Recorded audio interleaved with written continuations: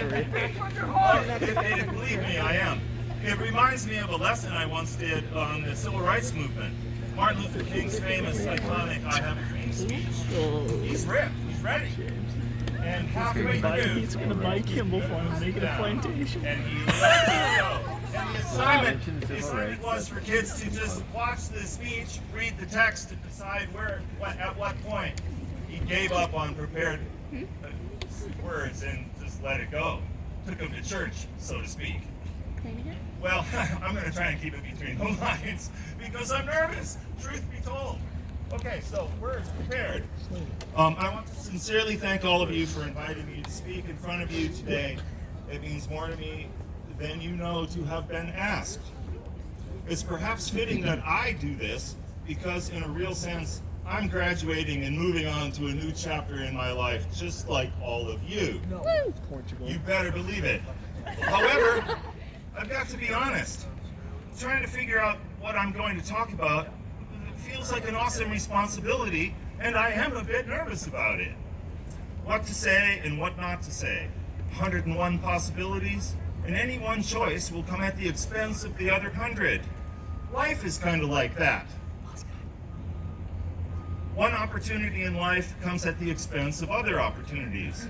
For example, your choice to seek a technical high school education opportunity cost you the opportunity to attend another school, and that's economics.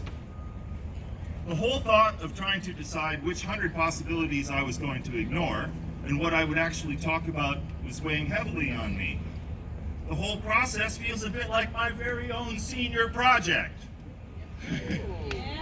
That requires a presentation, and they won't let me graduate until I do it. So here I am. Can you believe it? It's all right. So a wise person once said, if you have to give a speech, be brilliant and brief. Well, maybe at least I can be brief. So let's do this. Today's talk comes with a word bank. I feel bad for anyone who is not and a life raft. So get serious. The life raft is the only one you're ever going to know, and we're all on it together. We sink or swim together. Together. That's all we got. Like it or not. Have you ever given much thought to how lucky we are? I mean, I don't mean to be sitting here, privileged graduates of a very expensive high school. I mean to be here. Here. The star up here. It's a pretty minor one. It's the only one we know. It's the only one we're ever going to have. Blue-green ball in black space, filled with beauty even now. It's all we got. It's our life raft.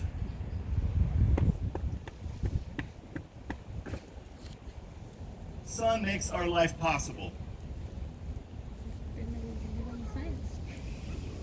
We tend to take our privilege of having this opportunity of a life for granted, and I'm asking you not to. Our solar system is a lonely outpost in our galaxy, just a speck of sand in the cosmos of the universe. We don't even have any globular clusters of stars nearby to keep us company. It's just us. And we've got to figure out how to make the best of it. I'm asking you to ponder the mind-boggling improbability that any of us are even here at all. It's really amazing. Just having a life on this great planet. That's what I call a privilege and opportunity. And thanks to the Industrial Revolution, your lifespans are probably going to be the longest of anyone who's ever lived on Earth so far. Add to that, you're from the United States of America, a land of rich geography and wide-ranging opportunity. Nobody ever went broke by betting on America. True. I think that each of you should join me for just a moment to consider how grateful we should also be for the vision and generosity of the state of Massachusetts. That's right, for real. How many other states do you think are willing to kick down and invest in your future through funding of outstanding technical high schools like this one?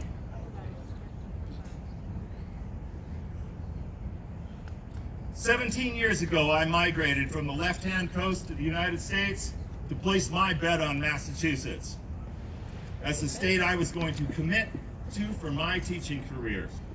I made the decision to spend my teaching career in Massachusetts for a reason.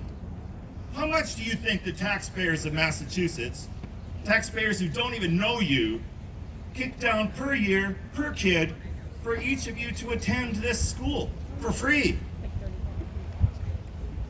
Taxpayers care so much about you that they kick down between $15,000 and $17,000 per kid for your privilege to attend this school. Serious money. Bless you. Anyone who's ever had me as a teacher has heard me say the following, probably more than once. Half the people on Earth, that's 3.5 billion people, live on less than $3 a day. That's a grinding poverty and sense of economic despair that you have avoided due to pure luck. Try to wrap your brain around how little opportunity and privilege a person is ever going to have growing up in that type of hopeless situation.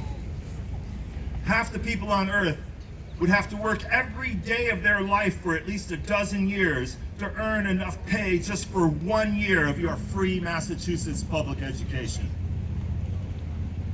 Friends, that's what we call privilege. Every one of those 3.5 billion people who have nothing would love to trade places with you, and they would do it in a second, and you know it. When you look at it that way, you are among the most privileged young people on the face of the earth. And you know it. No joke about that. You are entering an adult world with more advantages than you can count when compared to the rest of the world. You are going to find yourself needing to adapt and change within a very fast-changing world. I don't know how anyone can honestly say that they are prepared for what this century is going to throw at you, but at least you are far more advantaged for finding your way through it than most other earthlings your age. You want opportunity? This century and situation will provide you with a dizzying array of opportunities. When in your life you find the need for a new opportunity, you have the privilege to be able to reinvent yourself. Those half the people on the planet with nothing don't have that privilege to go move here or change jobs there. They never will, probably. Having a great number of choices in the 21st century is a privilege indeed. One thing that I know is true is that fate can have a way of making us look foolish when we think our plans are going to work out the way we want them to. I want to urge you to stay curious and always work on an essential skill, and that skill is learning how to learn. As young people, you are going to need to remain open-minded about change and future possibilities. In part, thanks to your training from your shops, you've got some solid foundation for a career and a head start in life. But there's no way of knowing what kind of curveballs life is going to throw at you. Take me, for example. Had someone told me when I was your age that I would end up earning my living as a high school teacher and that I would like it, the idea of that being true was unthinkable. And a joke to me, the teenage version of me. However, here I am. And here you are, starting this graduating transition moment together. It's like I'm graduating with you. Pretty exciting times. I just know that many of you, maybe most of you, are kind of wondering, who is this person that I will become in my adult life, say 40 years from now? And as a thought exercise, what words of wisdom can you guess that your future self might want to share with who you are at this stage in your life's adventure, your roller coaster adventure? It's a good thought exercise for each of you to consider. Well, I've just clicked off those 40 years, and I am now in a position to share with you what I would have told the high school graduating version of me, if it were possible for me to have done that. What I would want to say to my teenage self is actually rather simple and straightforward. First, don't be closed-minded about future possibilities, either with your career or your personal life. I ended up doing what was unthinkable. I taught high school for 20 years. Make it your lifestyle choice to always want to learn all the time. That's a personal trait you're going to need for this century. Next, don't trash your home. What a rich, beautiful planet. There's so much on it. Earth gives us enough bounty for us all to have a decent life. Don't give in to fear and division. We're all on this life raft together. Give the possibility of a better future a chance. Be committed to learning about yourself and the place you're from. The best way to do that is by leaving. Getting out of your comfort zone and going to live somewhere else, or at least travel somewhere else. Through travel, you can experience other cultures and gain some much needed perspective. Travel fosters curiosity, friendships, and empathy for the points of views of others. And take care of your body. Your generation will be very long-lived. You'll want to be in good shape enough to enjoy it, with good teeth and hearing and eyesight and skin. Like, of course, dental assistants. Who's in dental assistant? Anybody dental assistant? A couple? Well, everybody, you think you know how to brush your teeth, just scrubbing around in there somewhere. There's a technique, how you hold the brush. You want to kill your gums? Thrash around in there for 20, 30 years and see what happens. Little things like this. Your hearing. I've got some hearing loss. Like you, I like loud music.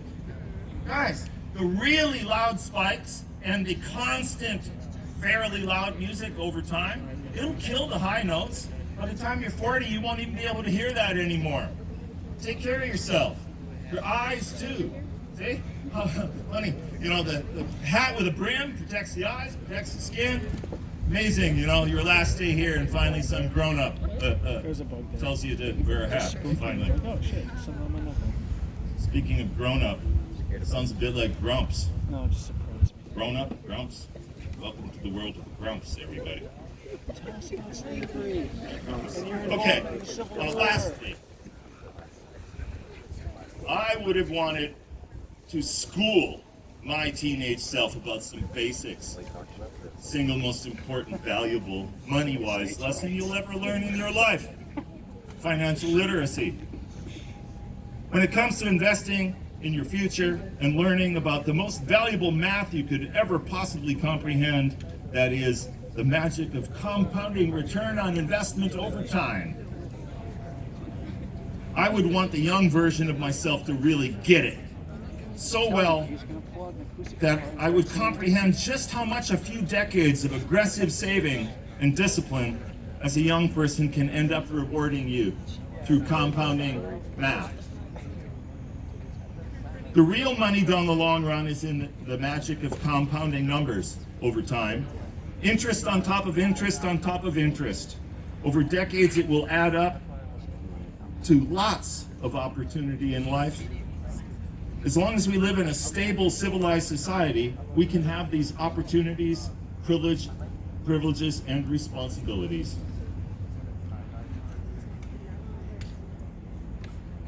All right, so this is some good stuff.